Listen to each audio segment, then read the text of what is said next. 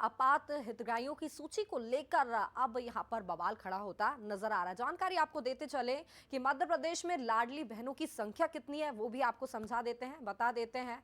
1,32,00,000 मध्य प्रदेश में लाडली बहनों की संख्या है। तो वहीं 5 मार्च 2023 को लाडली बहना की शुरुआत हुई थी। लाडली बहना के खाते में 1,000 रुपए आते थे, जो कि अक्टूबर से अब खाते में 1,250 रुपए आने लगे हैं। तो कांग्रेस ने हितग्राही बहनों की लिस्ट पर अब सवाल खड़े कर दिए हैं और इसी को लेकर नेता प्रतिपक्ष उमंग सिंघार का बड़ा बयान सामने आता है, जिस पर पलटवार करते हुए बीजेपी ने भी तंज कसा है।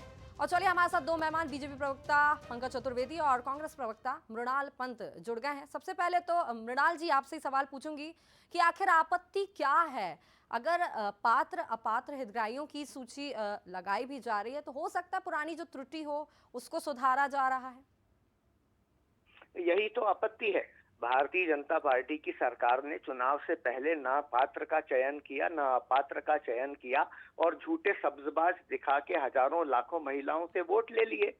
एक तरफ सरकार बनने के बाद दिसंबर की पहली 10 तारीख को जब महिलाओं के खाते में 3,000 रुपए डालने चाहिए थे, उसके एक महीने बाद दूसरी बार लगातार उस राशि को 3,000 रुपए करने के बजाय जिन महिलाओं को उनका हक और अधिकार के तौर पे लाडली बहना की राशि हर महीने दी जानी चाहिए थी, उसमें छटनी करने का कुकृत्य किया जा रहा है। क्या इसका मतलब ये माना जाए कि पहले जिन महिलाओं को राशि दी गई उसमें बड़ी संख्या में केवल वोट के लिए ही अपात्र महिलाओं को जोड़ा गया था? क्या ये मान लिया जाए कि भारतीय जनता पार्टी के कार्यकर्ताओं के परिवारों की महिलाओं को जो अपात्र थी उनको उस लिस्ट में जोड़ा गया था? अगर नहीं तो नए सिरे से इस आदेश की जरूरत क्या थी? क्या हर महीने इस तरह का आदेश प्रदेश की सरकार निकालेगी? जब ये योजना लाई गई थी तो मध्य प्रदेश की जनता समझती थी कि पूरे 5 साल तक निर्बाध रूप से 3,000 रुपए प्रति महीना लाडली बहनों को मिलेंगे। फिर ये इस तरह का नया आदेश हर महीने आने की जरूरत क्या है? बताए भारतीय जनता पार्टी, उसके पास इसका क्या जवाब है? जवाब ले लेते हैं। पंकज जी हमारे साथ जुड़े। पंकज जी, एक बड़ा सवाल और जो कुछ कहा मृणाल जी ने आपने सुना, और ये भी सवाल खड़ा हो रहा है ना कि अगर जो पहले सूची थी उसमें क्यों जरूरत पड़ गई संशोधन? क्या कि वो ठीक नहीं थी? वो सूची में सुधार की जरूरत आखिर क्यों पड़ गई? देखिए संस्कृति जी, आप लोगों ने कहावत सुनी ना, कौवा कान ले गया, और लोग फिर कान नहीं देखते, कौवे के पीछे रखते हैं। वैसे ही दुर्दशा कांग्रेस पार्टी की है। ये पढ़े लिखे लोग विवेकहीनता का प्रमाण दे रहे हैं। उस पत्र को पढ़ें जिस पत्र को सिंगार जी ने ट्वीट किया है। कहीं जाने की आवश्यकता नहीं है।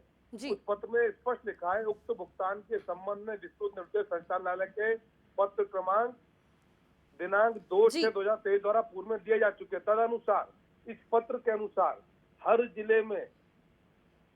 जिले में उसी पत्र के आधार पर जितने 1,31,00,000 लाडली बहनाएं हैं उनके खाते में भुगतान सुनिश्चित किया जाना है।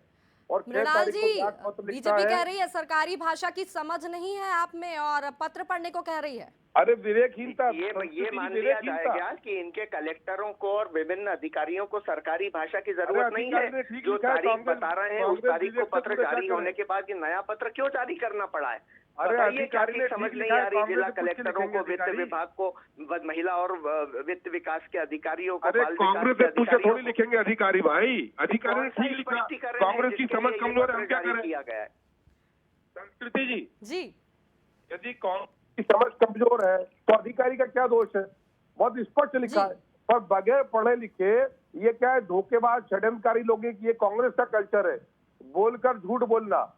ये भारतीय जनता पार्टी का संकल्प पत्र, मोदी जी की गारंटी है। देखिए, इस पे सियासत कम होते तो नजर नहीं आ रही है, लेकिन आदेश जारी कर दिया गया। आने वाले दिनों में देखना होगा कि किस प्रकार से छटनी इस पे की जाती है, नहीं की जाती है, और सियासत तो कम इस पे नजर नहीं आ रही। आप दोनों का ही बहुत शुक्रिया। आप दोनों ने अपना पक्ष बखूबी रखा, बहुत शुक्रिया।